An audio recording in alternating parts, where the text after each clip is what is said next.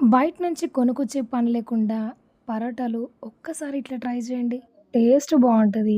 ఎంత పొరలు పొరల్లాగా ఎంత బాగా వచ్చాయో చూడండి. పర్ఫెక్ట్‌గా ఉంటది. నిజంగా ఏ కర్రీతో తిన్నా టేస్ట్ అదిరిపోతది. నోట్లో కరిగిపోతదనమాట. చేసుకోవడం ఇంత సింపుల్ అయినప్పుడు బయట నుంచి కొనుక్కొచ్చే పనేంటి? అయితే దీనికోసం ఇక్కడ ఫస్ట్ నేనైతే ఒక కప్పు మైదా పిండి, కొంచెం నీళ్లు, ఉప్పు వేసి సాఫ్ట్‌గా తడిపి ఒక 10 నిమిషాల పాటు పక్కన పెట్టుకున్నా. ఎక్కడ క్రాక్స్ లేకుండా పిండి మాత్రం చాలా అంటే చాలా సాఫ్ట్‌గా అయింది.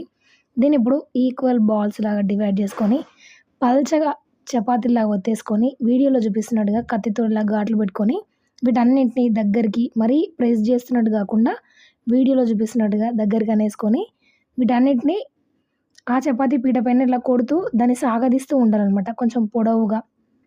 చేతికి కొంచెం ఆయిల్ అప్లై చేసుకొని, వీటిని రౌండ్‌గా ఇలా చుట్టేసుకోండి.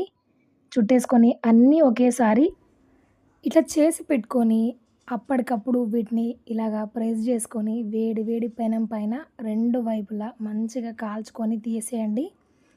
మంచిగా విచ్చుకుంటాయన్నమాట. ఇంకో టిప్ ఏంటి అంటే ఇలాగా కాల్చిన తర్వాత మీకు ఈ పొరలు విడిపోయినట్టుగా అనిపించకపోతే కొంచెం గోరువెచ్చగా ఉన్నప్పుడే అన్నిటిని ఒకదాని పైన ఒకటి సెట్ చేసుకొని ఇట్లా వీడియోలో చూపిస్తున్నట్టుగా 2 అరచేతులు మధ్యలో ఇలా పెట్టి నొక్కారనుకోండి ఆ పొరలనేవి విచ్చుకుంటాయన్నమాట. చాలా బాగా పర్ఫెక్ట్‌గా అనిపిస్తాయి.